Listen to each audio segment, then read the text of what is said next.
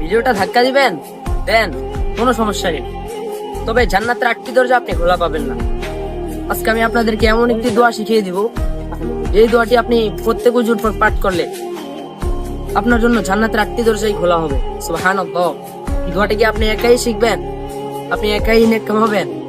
আপনার কজন ভাই ও বন্ধুকে ভিডিওটা শেয়ার করে দিন, ইনশাআল্লাহ তারাও দেখতে পারবে।